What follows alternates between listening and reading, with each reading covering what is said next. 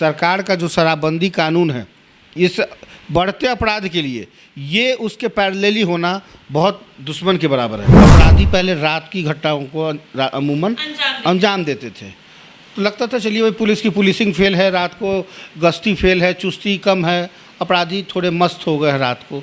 लेकिन दिन दहाड़े अगर कहीं किसी शहर में अपराध हो तो आप समझ लीजिए कि सरकार निरंकुश है। आप अंदाज़ा लगाइए, एक मुख्यमंत्री कब किसी विभाग की समीक्षा करे और वहाँ खुले मंच से अधिकारियों के पैर छुए, कर्मचारियों के पैर छुए, ठेकेदारों से माफ़ी मांगे, पैर छुए, तो आखिर तो विपक्ष को तो आपने मौका दे दिया। पहले जो होता था वो होने दीजिए, अभी जो हो रहा है उसमें 24 घंटे में अपराधी पकड़े जा रहे हैं। चलिए इनकी बात हम मान लेते हैं, फिर भी खुलेआम सरेआम आखिर ऐसा क्यों? अपराधी क्यों गोली चला करके चले जा रहे हैं? क्यों 35 और 40 बाइकर्स गिरोह एक साथ निकलता है, दंदनाता हुआ लहरिया काटते हुए चला जाता है? दिन में आप कहीं भी चले जाइए, इनकी पुलिसिंग कहीं नज़र आती है? ये क्या हो रहा है बिहार में? इतना ज़्यादा अपराध हो रहा है। ऐसा हम नहीं कह रहे हैं, ऐसा हमारी जनता पूछ रही है। आखिर क्यों नेता मंत्री और सरकार इतने अपराध को लेकर चुप है? क्यों कुछ बोलती हुई नजर नहीं आती है? क्योंकि जिस तरीके से देखा जाए तो आए दिन बिहार के हर जिले की बात तो छोड़ दीजिए, राजधानी पटना में भी आए दिन क्राइम का ग्राफ बढ़ रहा है। और रात के अंधेरे में तो छोड़िए, दिन के उजाले में यानी दिन दहाड़े कोई भी किसी की हत्या कर चल देता है। अपराधी बिल्कुल बेखौफ है, उनको ना तो सिस्टम से डर लगता है और ना ही प्रशासन से डर लगता है। सिस्टम, प्रशासन, सरकार सब कुछ फेल नजर आ रहा है। सिर्फ और सिर्फ अपराध का वर्चस्व इन दिनों बढ़ा हुआ है। गौतम, क्या लगता है इतनी ज्यादा अपराध जो है वो बिहार की बात की जाए या फिर राजधानी पटना की जाए, हर तरफ सिर्फ अपराध ही अपराध हो रहा है? बिल्कुल, और ये सवाल जो हमारे दर्शक हैं वो पूछ रहे हैं कि बिहार में आखिर ये क्या हो रहा है। तो सबसे पहले अपराधी पहले रात की घटनाओं को अमूमन अंजाम देते थे, तो लगता था चलिए भाई पुलिस की पुलिसिंग फेल है, रात को गश्ती फेल है, चुस्ती कम है, अपराधी थोड़े मस्त हो गए हैं रात को। लेकिन दिन दहाड़े अगर कहीं किसी शहर में अपराध हो तो आप समझ लीजिए कि सरकार निरंकुश है। क्योंकि दिन के उजाले में अगर अपराध कोई कर रहा है तो आप समझ लीजिए कि वो सरकार, प्रशासन पूरी तरीके से फेलियर है। मतलब अपराधियों को किसी का कोई डर नहीं? कोई डर नहीं, इंटेंशनली ही सही। अच्छा। ठीक है, मैं मानता हूँ सरकार जिस शब्द का इस्तेमाल करती है कि पहले जो होता था वो होने दीजिए, अभी जो हो रहा है उसमें 24 घंटे में अपराधी पकड़े जा रहे हैं। चलिए इनकी बात हम मान लेते हैं, फिर भी खुलेआम सरेआम आखिर ऐसा क्यों? अपराधी क्यों गोली चला करके चले जा रहे हैं? क्यों 35 और 40 बाइकर्स गिरोह एक साथ निकलता है, दंदनाता हुआ लहरिया काटते हुए चला जाता है?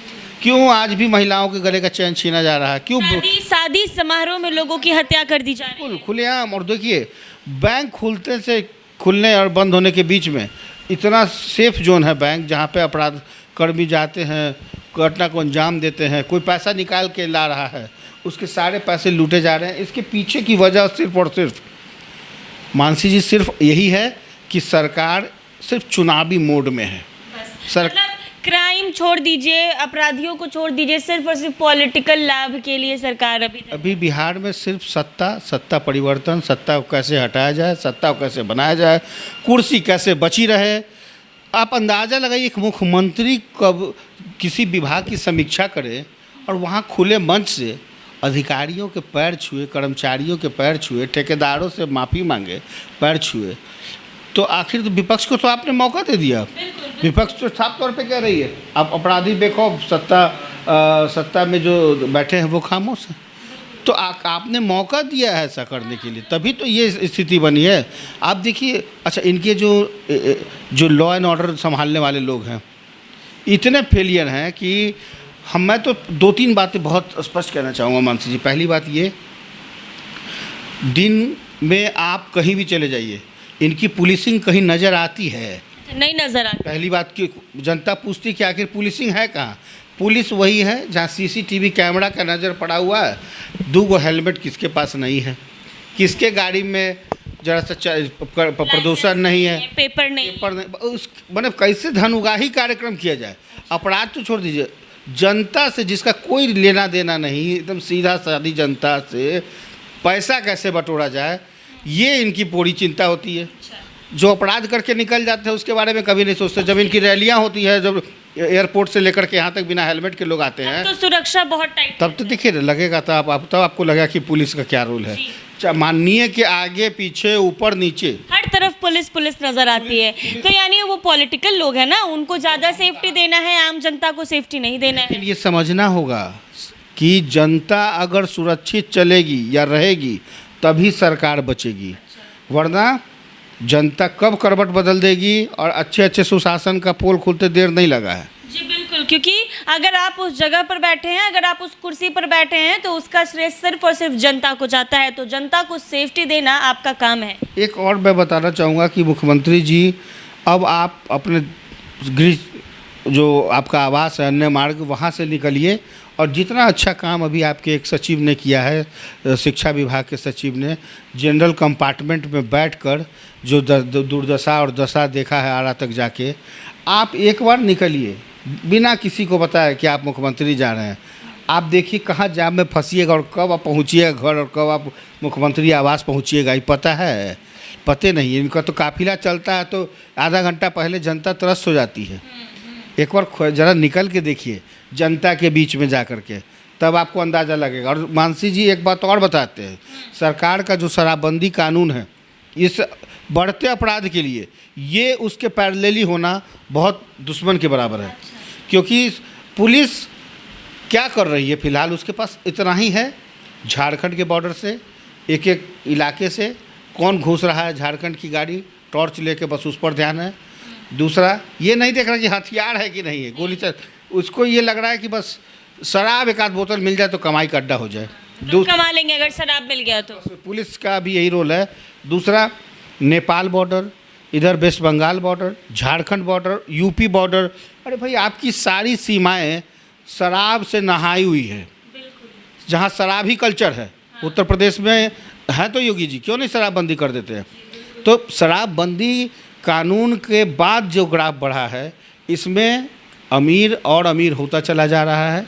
ऐसे ऐसे गली मोहल्ले में नशेखोर के जो लोग थे वो आज इतने बड़े ताकतवर हो गए हैं कि क्या कोई सिंडिकेट का आदमी होगा, वो तैयार है, हम पकड़े भी जाएंगे तो छुड़ा लिए जाएंगे, पैसा दे के चुरा लेंगे, बहुत पैसा है, बहुत पैसा है। मतलब अब इतना कमा लिया है कि अब वो कुछ भी कर सकता है, किसी का डर नहीं है।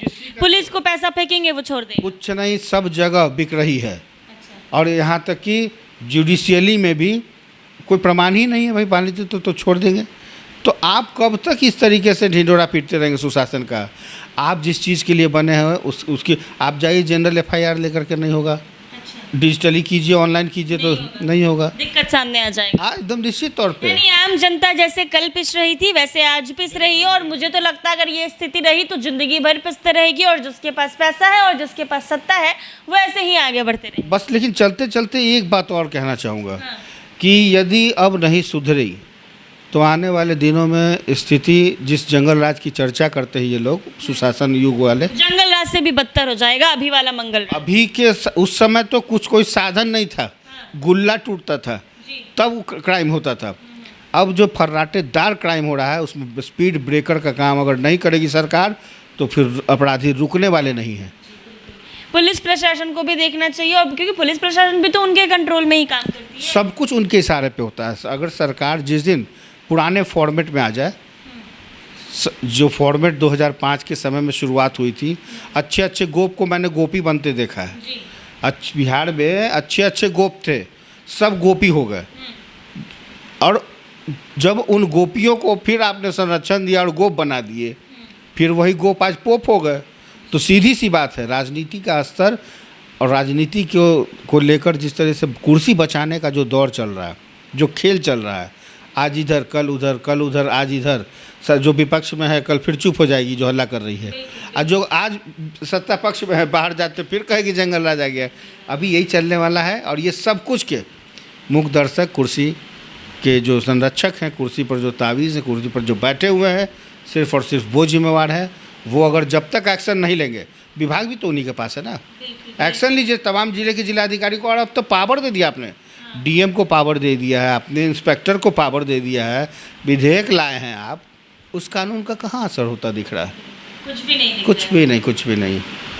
तो जिस तरीके से क्राइम का ग्राफ बिहार में बढ़ रहा है, जंगल राज से भी बदतर स्थिति फिलहाल बिहार की है। बिहार के गांव वाले जिले की तो छोड़ ही दीजिए, पटना जो कि राजधानी है, यहाँ दिन दहाड़े बाइक पर बैठकर फायरिंग करते, हथियार लहराते निकल जाते हैं और पुलिस देखती की देखती रह जाती है और कोई निष्कर्ष नहीं निकलता है।